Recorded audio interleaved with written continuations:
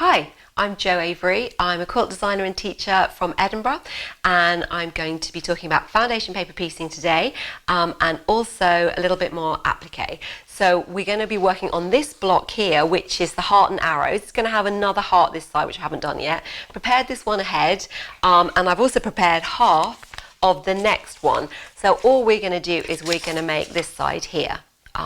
And I'm just going to do a little bit of foundation paper piecing technique because I think there's already other videos on this. But what really confuses my students is the starting off, how you start off, which bit of the paper do you do it, where does the fabric go. So I'm just going to try and take you through how I teach them what I think is a logical way of thinking about it. So you've got this printed bit of paper, which you've hopefully printed at actual size from your template, because that's really important. And it's printed on one side and it's plain on the other side. Well, the reason it's printed on this side is because you're going to sew on top of the line. So therefore, you can't put the fabric on top of this side. You've got to put the fabric on that side. So that's the first thing sorted out. The fabric's got to go on this side. So I've just trimmed this piece of fabric that we're going to use to cover the A1 section of the template down a little bit, so it's a bit more manageable. So you can see if I turn it over, it's definitely going to be big enough to cover A1 with 1/4 inch all the way around. And then we're going to get the piece that's going to be up next, which is to cover A2, and we're going to put that right sides together next to the seam, lining up the seam that we're going to sew next. So if we just turn it back over, we can see the seam that we're going to sew next is between A1 and A2. So, just so you understand, you don't need to sew that first bit down on its own. That only gets fixed down when you put the next bit that's going to cover the next numbered section down. So you can flip it around a few times till you're absolutely sure. I'm quite happy with that. You can put a pin in if you want, and you can just make sure that if you turn that over there, it's definitely going to cover. I'm just going to move it, I'm just going to center it slightly as well, so that it's definitely got about the same amount either side on the length. And I would always say with foundation paper piecing, waste fabric, not time. So if you've got a piece and you think, I think that'll just make it. If it doesn't, it's a real pain to have to unpick it. So just go, no, I'll just cut a bigger piece that I'm not too worried about, because we've all got more fabric we can use. So now I'm going to turn that back over. And if I wanted to, I could put a pin in, but also I can just have a look underneath here and just check that that's all fine. And we're going to start to sew. So we're going to start to sew, and this machine has got like an automatic little locking thing, so it's giving a few stitches backwards and forwards to make sure that the seam's going to be secure. And the other thing is that I have made the stitch length smaller. So this is sewing at a 1.5 size of stitch, which means it's going to be a lot easier to tear the paper away afterwards. And when I get to the end, I'm just going to do a little reverse so that I can secure that end as well. And then none of our stitches are going to come undone. And just cut that off there. And we'll fold this over here, and that's covered A1 and A2, and with a little extra. We're not going to need it. You always give yourself a little bit of extra leeway, so we're going to trim it later. So then I'm just going to press that. You can just finger press, but it is better if you press it properly. It does keep things straighter. So the next thing is we're going to see, what are we going to be doing next? We're going to be covering A3 and A4. And what I want to do now is I want to trim these bits here, so I've got something to put the next bit of fabric to. So I'll turn it over, and I'm going to use a card and an add a quarter ruler. Now you can use any ruler for this. You could easily just use a normal ruler and just use your 1/4 inch mark on a ruler, but these add a quarter rulers have been specially designed for foundation paper piecing, and they've got a little bit of a ridge on them.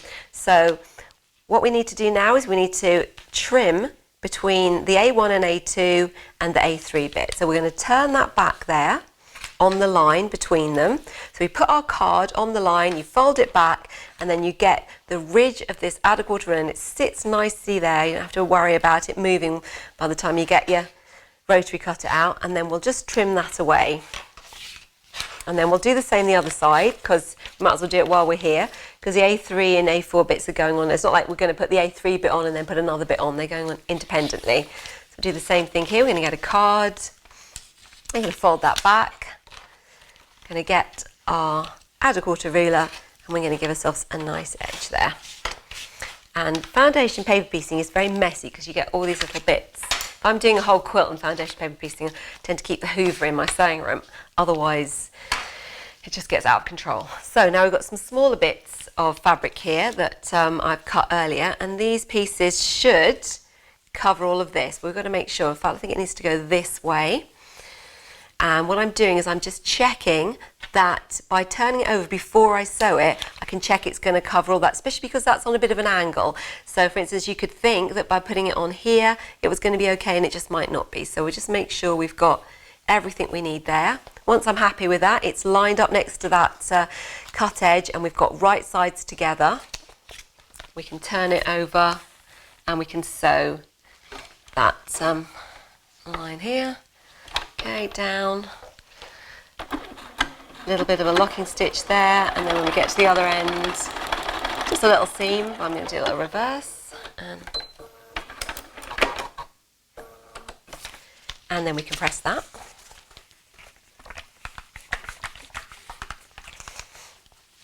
And now the only bit we really need to trim here, because we can trim everything else at the end, is just this bit here. So I'm going to turn this over, get my card again, and fold this over on this long line here.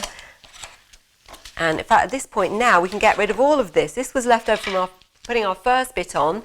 We didn't have a nice 1/4 inch seam really there because we just made sure that we could cover all of A1. So now I can trim all of that. And if you wanted to, you could actually leave this bit until you put the other bit on. I've just done that now. It's good to have a couple of practices at this. And I've got another piece here ready to go. It's a bit bigger. That's okay. If I was doing a lot of things like this and I was going to be using the same fabric throughout, I'd cut some strips and I'd just keep using those strips up. Okay. And a little bit of a seam here.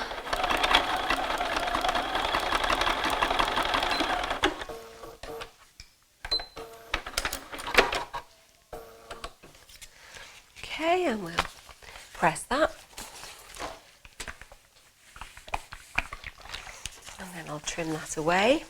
Because there's quite a lot here, I'm just going to roughly trim that. I'll trim it properly later. And the important bit is the line between the A1, 2s, 3s, 4s and everything, and the last piece, which is going to be the A5. So we're just going to carry on this bit here. There we go. I need a new blade, I think. And we've got our last piece to put on now, which is I've cut something that's definitely going to be big enough already. I know that's going to work fine. So we'll do this last seam.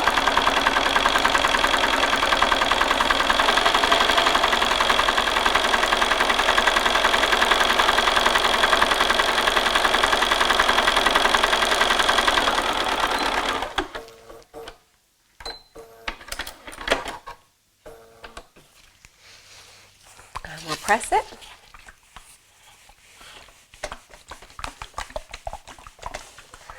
And then lastly, what we'll do is, or what you will do at home, is you'll get your ruler and you'll trim that perfectly so that it looks like this. So once you've trimmed your two pieces, or your one piece, I've already got one ahead here, so we've just done A, but before that I'd done B. So you need these two pieces and we're going to put them together. So we're not going to take the papers off until we've sewn these together. And this is going to help us get this more perfectly, more accurately.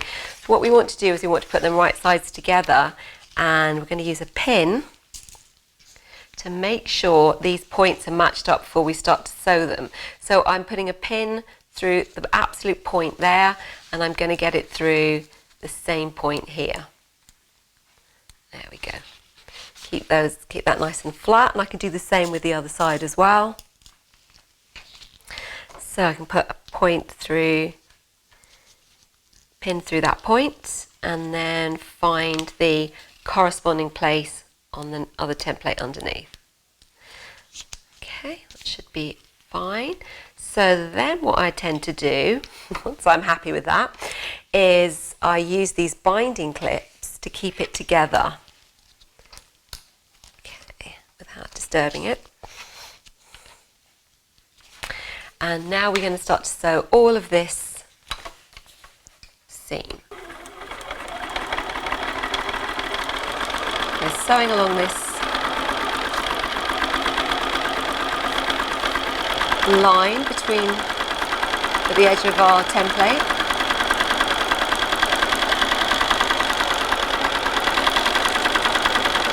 I'm going to just reverse the other end as well and cut that off. And hopefully, yeah, that's worked out well and our points are all in the right place. And that's going to be a lovely block. So then all you're going to do is you're going to tear all these away. You can fold them first or tear them. And I actually quite like the tearing bit. Some people really hate it. It's the sort of thing, if you had lots to do, you can save them all up and sit in front of the TV and do it. You might annoy your husband a bit, but it is possible to do. So I'm going to leave that now.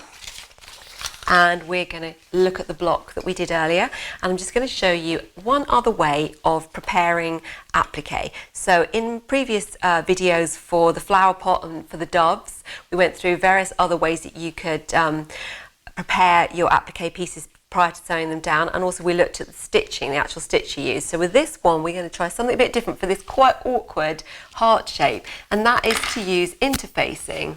So what I've got here is I've got the actual pattern here, and I've got a piece of iron-on interfacing, and it's nice and easy to see through, and I'm going to put it on top here, and I'm going to grab my pen and I'm just going to trace it, the inner line. So this is the exact line I'm going to use.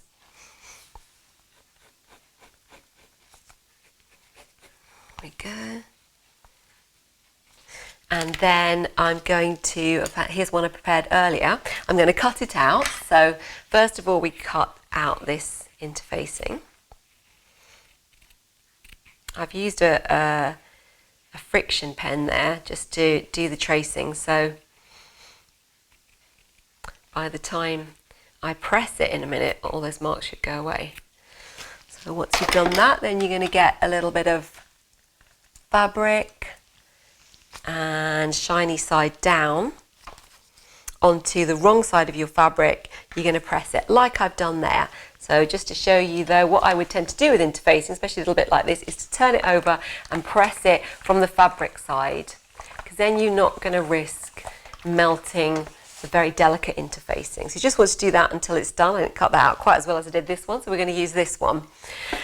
So then once you've done that, what you need to do is cut all the way around, giving yourself your seam allowance, which is going to be the very scant 1/4 inch. We don't want it to be too big a seam because it's a really small little template here with all these quite tight curves, and you're going to make it harder for yourself if you have too big a seam.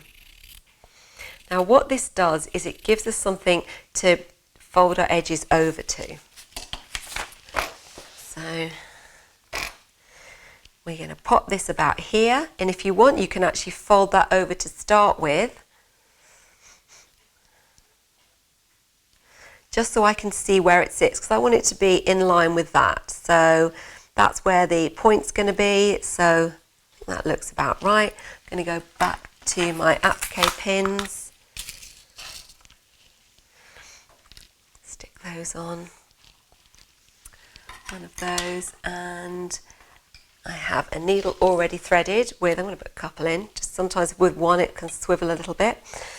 Put that out the way. And we'll start to sew. I'm just going to show you a little bit of this. We can hopefully do it quite quickly.